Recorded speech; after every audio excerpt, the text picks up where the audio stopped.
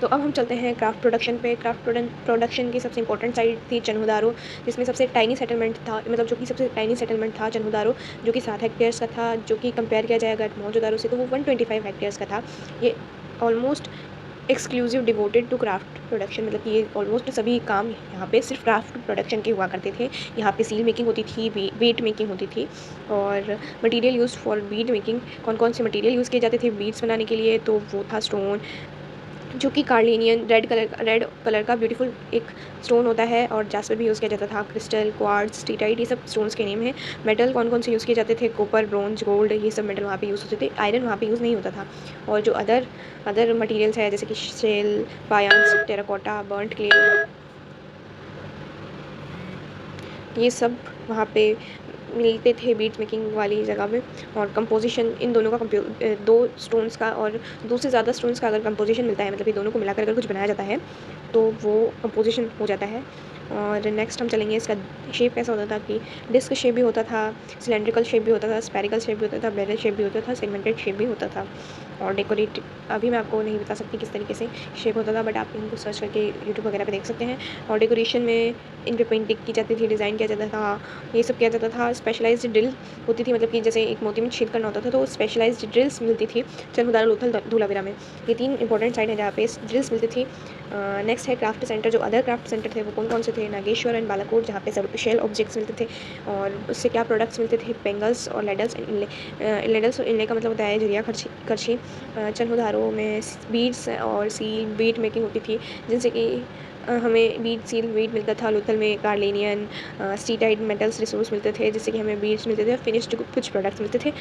मोहनजोदारो में और हड़प्पा में हमें कुछ क्राफ्ट प्रोडक्शन किए जाते थे, जो कि वहाँ पे सभी तरीके के क्राफ्ट्स मिलते थे हमें। How archaeologist identify craft production centre, कैसे आर्कियोलॉजिस्ट ने समझा कि क्राफ्ट प्रोडक्शन सेंटर हुआ करते थे काफ़ी पहले टाइम पे। तो वहाँ पे रॉ मटेरियल मिलता था, जैसे कि स्टोन, न्यूड्यूल्स, वूल, शेल्स, कॉपर ओर्स, ये सब मिलते थे। टूल्स यूज़ फॉर प्रोडक्शन, जो कि टूल्स पहले प्रोडक्शन के लिए यूज़ किए जाते थे, वो उस क्राफ्ट प्रोडक्शन सेंटर में मिले, जिससे कि आर्कियोलॉजिस्ट समझ पाए कि यहाँ पे पहले क्राफ्ट प्रोडक्शन होता रहा होगा। और अनफिनिश्ड गुड ऑब्जेक्ट्स वहाँ पे मिले, जैसे कि जो वेस्ट मटेरियल वगैरह होते थे, अनफिनिश्ड जो गुड्स होते थे वो वहाँ पे मिले। और वेस्ट मटेरियल्स भी मिलते हैं, जैसे कि जो सबसे ज़्यादा बेस्ट इंडिकेटर होते हैं क्राफ्ट प्रोडक्शन के, जो भी स्टोन्स और शेल वगैरह कट किए हो गए होंगे और उनके जो वेस्ट प्रोडक्ट्स मिले हमें, जो कि बच गए होंगे, उनसे हमें पता चलता है कि पहले यहाँ पे क्राफ्ट प्रोडक्शन सेंटर था। ट्रांसफर के 3 तरीके से मेथड होते थे, बुलक कार्ट्स में, रिवर्स में और कोस्टल एरियाज़ में। तो नेक्स्ट है raw materials and their resources. तो कौन कौन सी स्ट्रेटजीज यूज़ की जाती थी रॉ मटेरियल के लिए लाने के लिए। तो जैसे कि पहला स्टेप है कि स्टेब्लिश सेटलमेंट नियर रिसोर्सेज, जहाँ पे जो सेटलमेंट होता था, जैसे कि नागेश्वर बालाकोट में शेल मिलता था, शोरतुगे में लापिस लजुली मिलता था, और लोथल में कार्नेलियन और स्टीराइट का पत्थर मिलता था। तो लोग वहाँ पर जाकर उसके पास ही आसपास ही जिस जगह पे वो रिसोर्स मिलते थे उसके आसपास ही अपने सेटलमेंट्स बना लेते थे। और जो नेक्स्ट है वहाँ पे सेंड एक्सपेंडिशंस, मतलब कि लोग वहाँ पे चले जाते थे, या फिर उनके जो भी बड़े लोग होते थे वो उन्हें वहाँ पर भेज देते थे रहने के लिए, ताकि वो वहाँ से रिसोर्स गेन कर सकें। और जैसे कि खेतरी में और राजस्थान में कॉपर मिलता था, साउथ इंडिया में गोल्ड मिलता था। कॉन्टैक्ट विथ लोकल कम्युनिटीज़, जो वहाँ की लोकल कम्युनिटी थी, हड़प्पन सिविलाइजेशन वाले लोग लोकल कम्युनिटी से कॉन्टैक्ट रखते थे, जैसे कि गणेश व जोधपुरा कल्चर, जो कि कॉपर के लिए रिच माना जाता था, ये सप्लाई करता था कॉपर हड़प्पन सिविलाइजेशन में। और लॉन्ग डिस्टेंस ट्रेड में भी ये लोग इन्वॉल्व थे। ओमान कॉपर के लिए फेमस था, और बहराइन और मेसोपोटामिया से भी ये कॉपर मिलता था। मैं आपको एक चीज़ बता दूँ कि ओमान की जो कॉपर था उसमें निकल का टेरिस ज़रूर मिलता था, मतलब कि जो कॉपर था उसमें निकल मिलाया जाता था, जो कि ओमान से यूजुअली मिलता था। और नेक्स्ट है गणेश व जोधपुरा कल्चर। तो गणेश व जोधपुरा कल्चर खेतरी एरिया में, राजस्थान के खेतरी एरिया में मिलता है, और ये नॉन हड़प्पन पोट्रीज़ वगैरह बनाता था। Unusual wealth of copper objects, मतलब कि कॉपर की ऑब्जेक्ट्स वगैरह भी बनाता था। और ये पीपल सप्लाई करते थे कॉपर को हड़प्पन सिविलाइजेशन में। Steatite microbeads found in area confirm contact with Harappan civilisation, मतलब कि जो स्टीटाइड के माइक्रोवीड्स वगैरह छोटे छोटे वीड्स मिलते थे वो कन्फर्म करते थे कॉन्टैक्ट हड़प्पन सिविलाइजेशन के साथ। लॉन्ग डिस्टेंस ट्रेड जो था वो ओमान और मेसोपोटामिया के साथ था। एविडेंसेस का ये मिलता है कि कॉपर जो ओमान से मिलता है उसमें निकल के टेरेसेस मिलते हैं, मेसोपोटामिया से भी, सॉरी ओमान से भी, और हड़प्पन सिविलाइजेशन दोनों जगह से निकल के टेरेस मिलते हैं। ये बताता है कि हड़प्पन सिविलाइजेशन एक इम्पॉर्टेंट सेंटर था कॉपर के लिए। ओमान से हड़प्पन जार जो थे वो थिक क्ले के जार होते थे फाउंड ओमान में, और ये गुड होते थे ट्रांसपोर्टेशन में, एक्सचेंज। नेक्स्ट है Mesopotamia text mention Meluha Harappan region, जो कि मेसोपोटामियन टेक्स्ट है उसमें मेलुहा का जिक्र किया हुआ है, जिसको हड़प्पन रीजन बोला जाता था, बोला जाता है अभी, वो मेलुहा पहले बोला जाता था। और ये प्रोडक्ट्स जैसे कि carnelian, lapis lazuli, copper, gold वगैरह, वुड वगैरह यहाँ पर मिलते थे। Harappan seal, weight, dice, bead, ये सब मेसोपोटामिया साइड से मिले हैं और रेगुलर लॉन्ग डिस्टेंस ट्रेड होता रहा होगा, ये इस चीज़ का साइन है। सिलेंड्रल सील और मेसोपोटामिया से ये हमें मिली है, जो कि जिसपे हम मतलब कि उभरा हुआ बुल का मोटिफ मिला है, जो कि Indus influence on Mesopotamian art, ये बताता है कि जो इंडस का है मेसोपोटामिया पे इन्फ्लुएंस रहा था। और नेक्स्ट है कि पर्शियन गल्फ सील बहराइन से हमें मिला है, जो कि हमें बताता है कि दिलमुन एक इंटरमीडिएट के तरीके से, मतलब कि दोनों को पर्शियन गल्फ यानी बहराइन को और हड़प्पन सिविलाइजेशन को, दोनों को साथ में ट्रेड कराने के लिए यूज़फुल था। और दिलमुन में वेट मिला है, जो कि हड़प्पन सिविलाइजेशन में फॉलो किया जाता था। हड़प्पन सिविलाइजेशन के मेजरमेंट सिस्टम के अकॉर्डिंग दिलमुन में हमें वेट सिस्टम मिला है, जो कि ट्रेड नेटवर्क के थ्रू मतलब हेल्पफुल था। और seal depict on a boat, मतलब कि जो सील वगैरह है वो हमें बोट्स में मिली है, तो ये एविडेंस है कि सी कम्युनिकेशन भी होता रहा होगा। और सील एंड सीलिंग, जो कि है मटेरियल हमें मिलता है स्टीटाइट का, उसको सॉफ्ट पत्थर भी बोला जाता है, सॉफ्ट स्टोन होता है वो एक तरीके से। और इसका कॉन्टेक्ट है कि एनिमल मोटिव मिलता है, साइन मिलते हैं, और अनडिसाइफर्ड स्क्रिप्ट्स भी मिलती है। और script line probably contain name, और जो स्क्रिप्ट लाइन है वो नेम किसी का कंटेंट के टाइटल ऑफ ऑनर का कोई नेम वगैरह कंटेंट किया होता है। एंड एनिमल मोटिव हमें ये कन्वे करते हैं, ये मीनिंग बताते हैं कि आज तक कोई पढ़ नहीं पाया है। और फर्स्ट फंक्शन है इस चीज़ का कि long distance trade communication system हुआ करता था। ये इंश्योर करता है कि सीलिंग जो थी वो नहीं टूटी है, तो इसका मतलब है कि बेग ओपन नहीं हुआ है। और थर्ड फंक्शन इसका कन्वे करता है कि जो सेंडर था उसका आइडेंटिटी क्या था, ये भी ये सील बताता है। और नेक्स्ट है फीचर्स और डिटेल्स, जो कि है बताता है सील और स्क्रिप्ट एंड वेट का, जो स्क्रिप्ट की जो डिटेल्स वगैरह बताता है, ये हम पढ़ते हैं। स्टेटस क्या था, जो सील थी वो अभी तक डिसाइफर नहीं हुई है, और मतलब कि डिसाइफर होना मतलब है कि पढ़ी नहीं गई है। और इसका टाइप होता है कि अल्फ़ाबेटिकल होता है, अल्फ़ाबेटिकल नहीं होता सॉरी। और ये सब साइंस कंटेंट करते हैं, वोवल और कॉन्सोनेंट कंटेंट नहीं करते हैं। और इनका नंबर होता है 375 से लेकर 400 तक ये अल्फ़ाबेट चले जाते हैं, और साइन इसमें 26 होते हैं। इसकी सब मोस्ट इंस्क्रिप्शंस छोटी ही होती है, ये राइट टू लेफ़्ट लिखा जाता है, क्योंकि इसमें एक रीज़न है कि राइट साइड पे तो ये स्क्रिप्ट जो स्पेस है वो वाइड हो जाता है, और जो लेफ़्ट साइड पे है तो वो थोड़ा क्रैम्पी सा, मतलब थोड़ा चिपका हुआ इस तरीके से दिखाई देता है। Writing surface seal, copper, tools, jar, rims, terracotta tablets, jewellery, bones, rods, इन सब पे हमें दिखाई देता है, जो कि धोलावीरा में ये सब बनता था। Implication many have been possible wide spread, इसका मतलब है कि वहाँ पे लोग पढ़े लिखे ज़रूर रहे होंगे, तभी तो वो सब इतना कुछ लिख पाए। नेक्स्ट है वीट नहीं वेट, जो कि है इसके फीचर्स हैं मटेरियल, चैट पर लिखा चैट स्टोन, शेप इनके क्यूबिकल होते हैं, इन पे कोई मार्किंग नहीं होती है।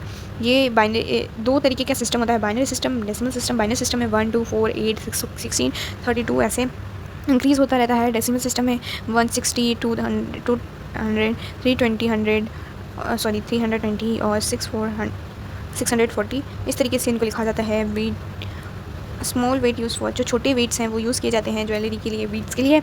और जो एडिशनल फाइंड्स है scale pan found at sites, significant है इसका exchange regulating a vast region, evidence of unified authority, मतलब कि ये इस चीज़ को दर्शाता है कि एक अथॉरिटी रही होगी, कोई ना कोई इसको बनाने वाला रहा होगा जिनका इन पर रूल रहा होगा। और एंशियंट अथॉरिटी, तो अब हम आ जाते हैं कि पहले कौन रूल करता था, तभी तो evidence of complex central decision making, मतलब कि इतने सारे कॉम्प्लेक्स डिसीजन लेने में किसी का तो रोल रहा होगा, कोई तो इसका रूलर होगा। तो ये सब जब सवाल होते हैं तो इसका आंसर ये है कि extra ordinary uniformity of pottery, seal, beads across all sides, मतलब कि जो पोट्री है, सील, वेट, ब्रिक्स, ये सब हड़प्पन सिविलाइजेशन के चारों तरफ मिलती है, तो इन सबको कोई ना कोई तो रूल करता रहा होगा। और जो ब्रिक्स का रेशियो है 4:2:1, तो ये जम्मू कश्मीर से लेकर गुजरात तक हमें मिलता है, तो इसका कोई सिंगल प्रोडक्शन सेंटर नहीं था। और settlement strategy looked near raw material source, मतलब कि जो रॉ मटेरियल सोर्स है वो कहाँ से लेना है, किसको देना है, क्या करना है, ये सब किसी ने तो डिसाइड किया होगा। Mass mobilisation of labour for platform walls, तो जो बड़े बड़े कंस्ट्रक्शन किए जाते हैं बिल्डिंग्स के, प्लेटफॉर्म्स के, वॉल्स के, ये सब भी किसी ना किसी ने तो इन सब के आदेश दिया होगा कि ये तुम करो, ये तुम करो। नेक्स्ट है आर्कियोलॉजिकल एविडेंस क्या कहते हैं और क्या नहीं कहते हैं। जो एक लार्ज बिल्डिंग है मोहनजोदारो की, वो पैलेस उसको बोला जाता है। इसको कोई स्पेक्टिकुलर फाइंड से एसोसिएट नहीं किया गया है। स्टोन स्टैचू जो लेबल किए जाते हैं प्रिस्ट किंग से, ये मतलब कि जो स्टोन स्टैचू है हमें मेसोपोटामिया में मिले थे, उसको देखकर ही हड़प्पन में जो प्रिस्ट किंग के स्टैचू मिले हैं उसको देखकर ही बताया गया है कि ये वहाँ के राजा रहे होंगे, पर ये प्रूवन नहीं है। जो वहाँ के रिचुअल्स थे, प्रैक्टिसेस थी, वो अंडरस्टैंड नहीं की गई है आज तक कि किस तरीके से वहाँ के रिचुअल्स हुआ करते थे। कोई तरीका नहीं है, उनके पॉलिटिकल पावर की बारे में कोई जानकारी नहीं है। तो नो लार्ज स्केल। हाँ, तो जैसा कि हमने देखा कि हड़प्पन सिविलाइजेशन में कोई बड़ा कोई वॉर वगैरह नहीं हुआ था, तो ये सजेस्ट करता है कि वहाँ पर कुछ पीसफुल गवर्नमेंट रही होगी, या शायद गवर्नमेंट ना भी रही हो, कोई रूलर रहा हो, या शायद रूलर भी ना रहा हो। तो अभी तक ये पता नहीं लग पाया है। और जो थ्योरीज़ हैं वो अब आगे हम पढ़ेंगे। तो पहली थ्योरी है कि यहाँ पे कोई रूलर नहीं था, इक्वल सोसाइटी थी, क्योंकि यहाँ पे कोई पैलेस नहीं है, कोई रॉयल बरियल नहीं है, और कोई क्लियर सिंबल नहीं है कोई पावर का। और है कि मल्टीपल रूलर रहे होंगे, क्योंकि मोहनजोदारो में एक रूलर रहा होगा और हड़प्पन में अलग अलग रूलर रहे होंगे। और सिंगल स्टेट मतलब कि एक सिंगल रूलर रहा होगा, जो कि सबसे ज़्यादा एक्सेप्टेबल माना गया है। जो कि क्योंकि यहाँ पे एक यूनिफॉर्म तरीके से आर्टिफैक्ट, मतलब कि सिमिलर तरीके से आर्टिफैक्ट, प्लांट्स, सेटलमेंट्स और स्टैंडर्डाइज ब्रिक्स थी, और रॉ मटेरियल सेटलमेंट के आसपास मिलते थे, तो इनको कोई रूल करने वाला रहा होगा। और डेमोक्रेटिक सिस्टम लाइकली, जिससे डेमोक्रेटिक सिस्टम रहा होगा। Some structures seems utilitarian, no clear monarchy, मतलब कि कुछ स्ट्रक्चर्स इस तरीके से दिखाई देते हैं कि यहाँ पर कोई क्लियर मोनार्की नहीं रही होगी। ये आज की डेट में सबसे ज़्यादा एक्सेप्टेबल है। किस तरीके से सिविलाइजेशन का एंड हुआ, क्या हुआ था उस टाइम पे कि ये सिविलाइजेशन एंड हो गया।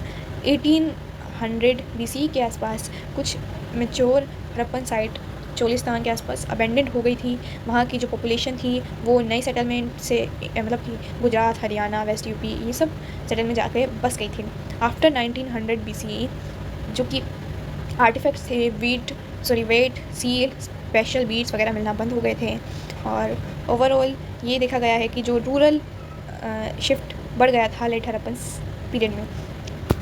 कौन कौन से डिक्लाइन के साइन मिले हमें वो भी देखते हैं हम। जो कैटेगरीज थी वो इस तरीके से है कि आर्टिफैक्ट्स थे वो वीट, सील, स्पेशल बीड्स, ये सब दिखने बंद हो गए थे, डिसअपियर हो गए थे। राइटिंग स्क्रिप्ट डिसअपियर हो गई थी। इकोनॉमी जो थी, लॉन्ग डिस्टेंस ट्रेड बंद हो गया था।